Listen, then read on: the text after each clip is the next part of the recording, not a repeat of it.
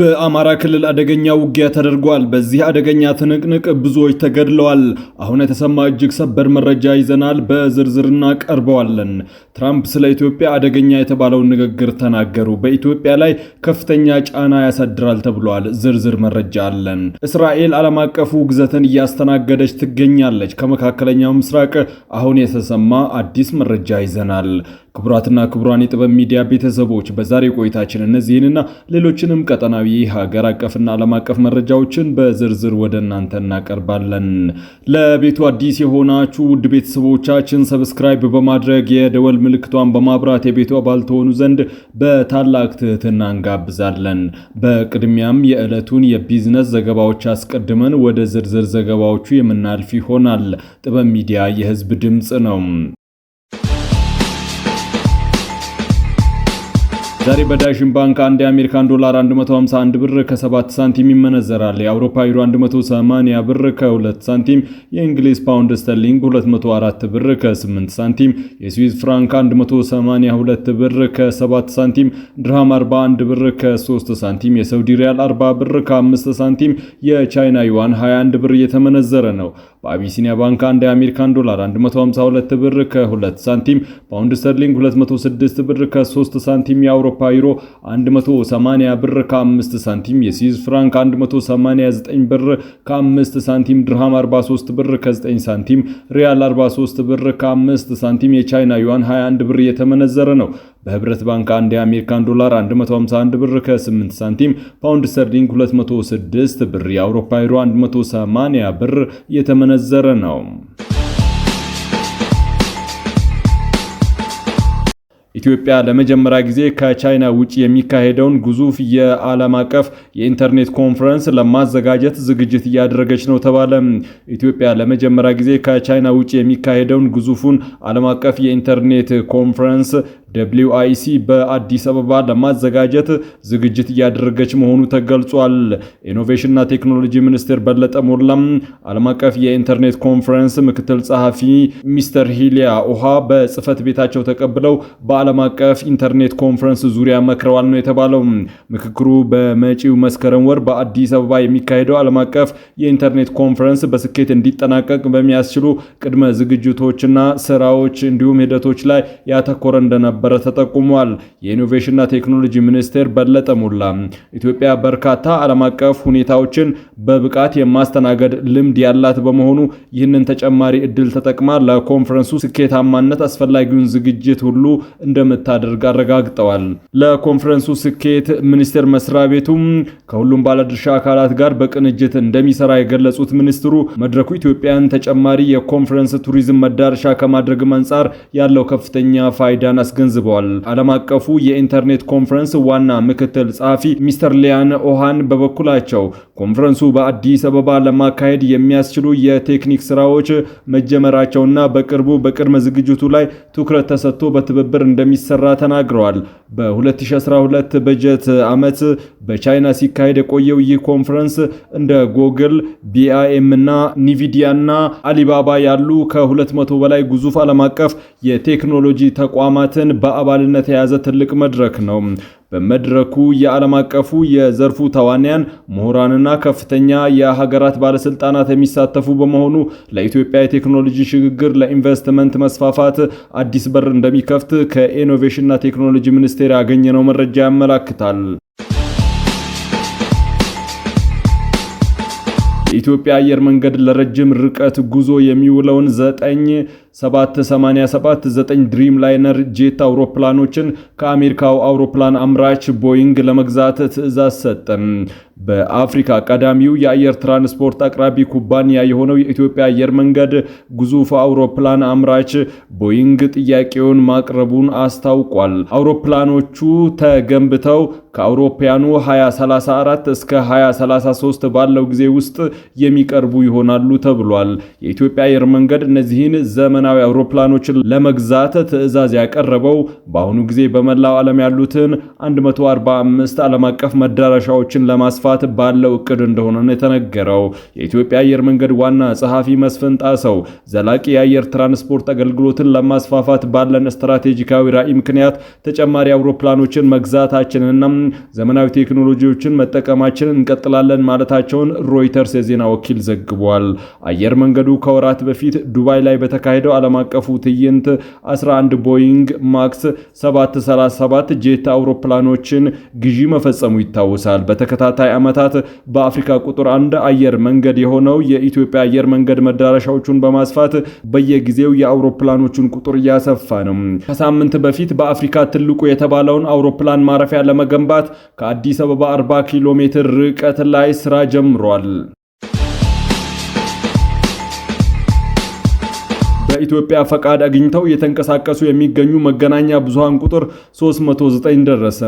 በአሁኑ ሰዓት በህጋዊ ፈቃድ አግኝተው የሚንቀሳቀሱ የብሮድካስት የበይነመረብ የህትመትና የውጭ መገናኛ ብዙሃን ቁጥር 309 መድረሱን የኢትዮጵያ መገናኛ ብዙሃን ባለስልጣን አስታውቋል። በዚህም 175 የብሮድካስት፣ 20 የህትመት፣ 35 የውጭ ሚዲያ ኔትወርኮች እንዲሁም 73 የበይነመረብ፣ 5 የክፍያ ኢንተርኔት ብሮድካስት እንዲሁም 1 ነፃ የኢንተርኔት ብሮድካስት መገናኛ ብዙሃን ባለስልጣን ምዝገባም ፍቃድ አግኝተው የተንቀሳቀሱ እንደሚገኙ ባለስልጣኑ ባወጣው መግለጫ አስታውቋል።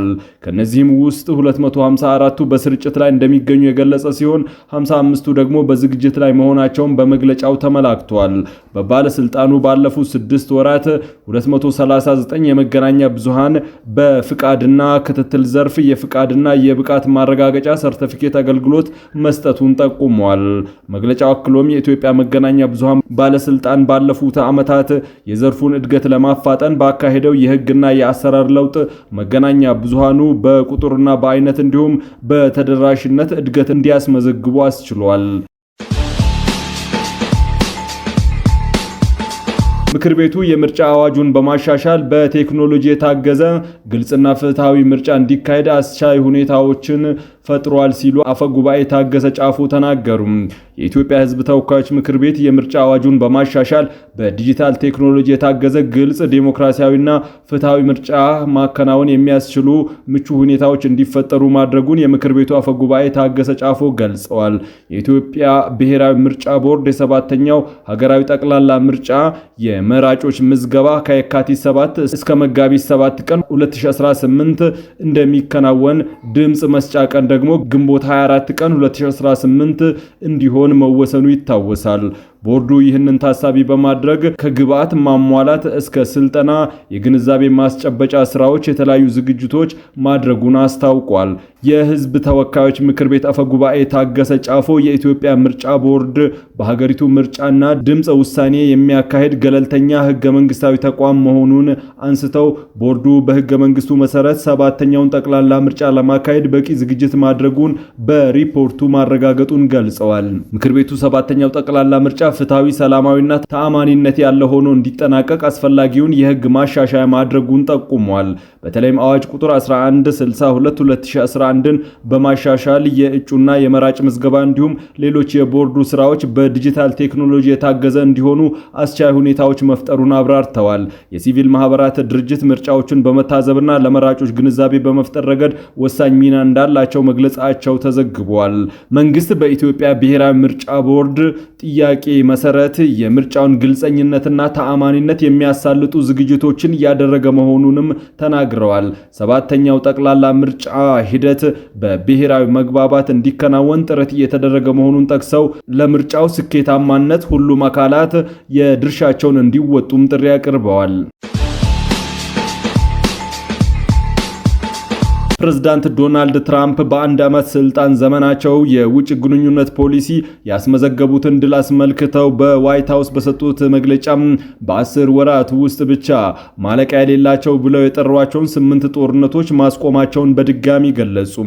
ፕሬዝዳንቱ በተለይም በኢትዮጵያና በግብጽ መካከል ስለነበረው ውጥረትና ስለ ታላቁ የኢትዮጵያ ህዳሴ ግድብ የገንዘብ ምንጭ ያልተጠበቀና አነጋጋሪ አስተያየት ሰጥተዋል። በንግግራቸው ትኩረት ከሳቡ ጉዳዮች አንዱ የኢትዮጵያና የግብጽ አለመግባባት ነው። ኢትዮጵያና ግብጽ በግድቡ ምክንያት ሊዋጉ ነበር፣ እኔ እንዲያቆሙ አደረኳቸው ያሉት ፕሬዝዳንቱ አሁንም ጉዳዩ መፍትሄ እንደሚያገኝ ጠቁመዋል። ፕሬዝዳንቱ ስለ ህዳሴው ግድብ ግንባታ የፋይናንስ ምንጭ የሰጡት አስተያየትም አነጋጋሪ ሆኗል። ትራምፕ ለግድቡ ማን እንደከፈለ ታውቃላችሁ? አሜሪካ ናት። በዓለም ላይ ትልቁ ግድብ ይመስለኛል በማለት ግድቡ በአሜሪካ የገንዘብ ድጋፍ እንደተገነባ ተናግረዋል። አያይዘውም ይህንን ማን ፈቀደ? ምናልባትም ዲሞክራት ፕሬዝዳንት ሊሆን ይችላል ሲሉ የቀድሞውን አስተዳደር ተችተዋል። ግድቡ የናይል ውሃ ፍሰትን እንደሚያስቆም የተናገሩት ትራምፕ ግብጽ በናይል ላይ በቂ ውሃ የላትም፣ ናይል ለመዝናናት ለጉዞና ለቱሪዝም ይጠቀሙበታል በማለት የግብጽን ስጋት አጉልተው ተናግረዋል። በደቡብ ጎንደር ዞን አንጻራዊ ሰላም እየሰፈነ መሆኑ ተገለጸ። የደቡብ ጎንደር ዞን ዋና አስተዳዳሪ ጥላሁን ደጀኔ እንደገለጹት በአሁኑ ወቅት በመከላከያ ሰራዊቱ ጥረት በቀጠናው አንጻራዊ ሰላም እየሰፈነ ይገኛል።